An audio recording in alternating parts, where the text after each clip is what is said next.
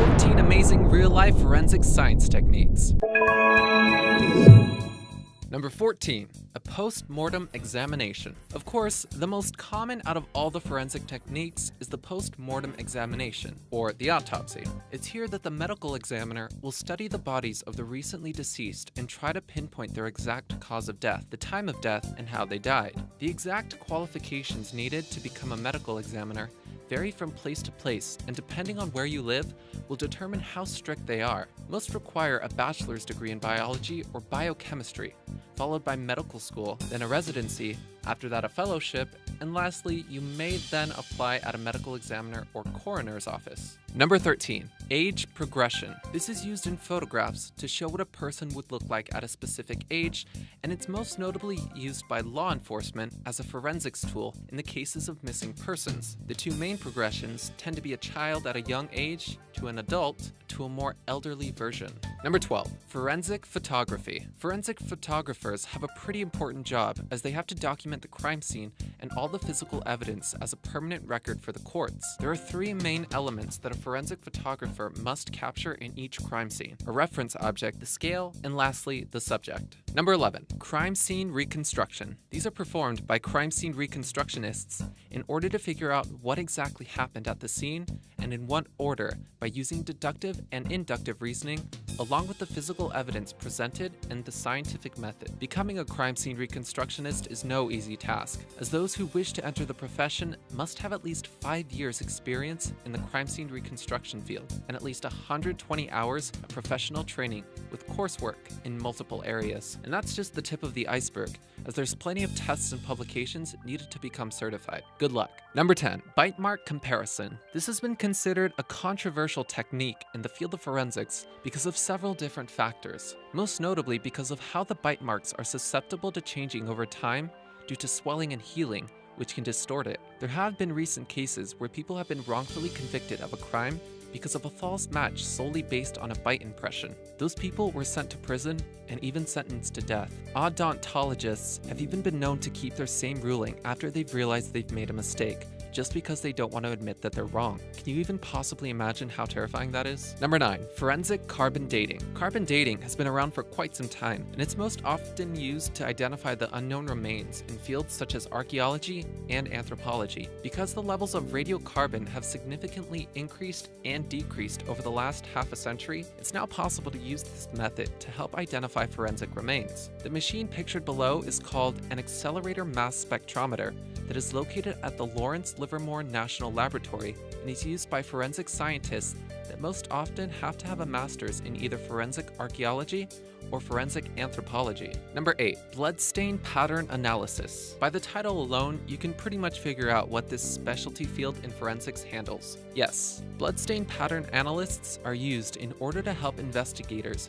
figure out the timing, nature, and other specific details about certain crimes. These specialists have to be quite knowledgeable in many different fields that include physics, mathematics, chemistry, and biology, but they must also be well adapted to solving practical problems. Number 7, ballistics. This side of science involves everything that has to do with the flight, behavior, effects, and launching of projectiles, such as gravity bombs and rockets. But when most people say ballistics, they're referring to bullets. Ballistics is broken down into 4 main categories. These are internal ballistics, transitional ballistics, external ballistics, and terminal ballistics. In the field of forensics, ballistics is used to analyze the bullet itself and its impact to see if the information found can be used in a court of law. Number 6, DNA sequencer.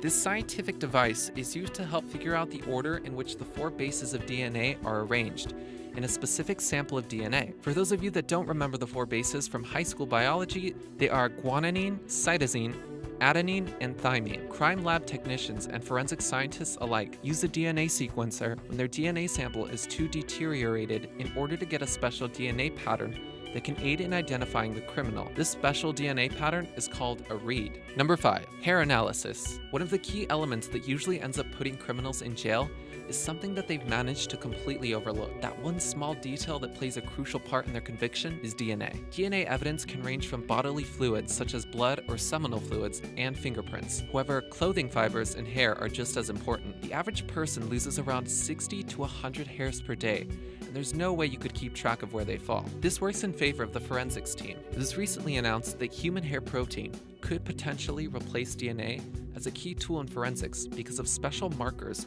that could allow the hair to distinguish an individual from a large group of people, say 1 million. Number 4.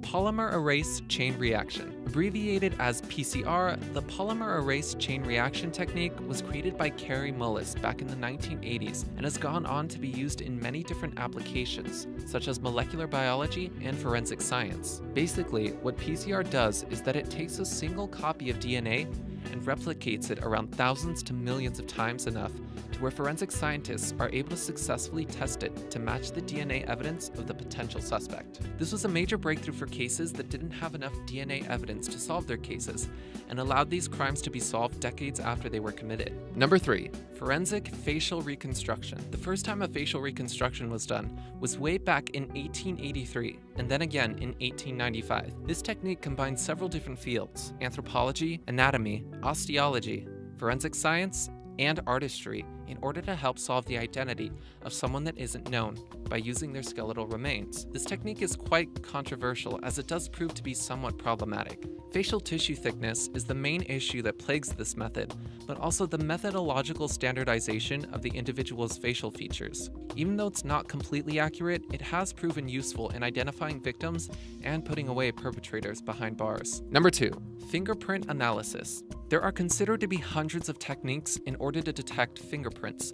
However, most of them are only for academic interest, and there's really only roughly 20 methods that are extremely accurate and used in fingerprint labs all over the world. This is because fingerprints are classified into 3 groups: 3-dimensional plastic prints, patent prints, and latent prints that each vary depending on the type of surface the print was discovered on. The most common method used to convict criminals has been dusting, where forensic scientists use black granular powder to locate the prints and then lift them with an adhesive tape, though the powder does have the potential to contaminate the evidence. Number 1. Luminol spray. Perhaps one of, if not the most important techniques that forensic scientists have under their belt is luminol. This chemical can be traced back to 1928, when a German chemist named H.O. Albrecht discovered that blood is able to make this chemical glow. See, the reason that this is possible is thanks to the iron that is found in the hemoglobin of blood and acts as a catalyst that sets off the chemical reaction.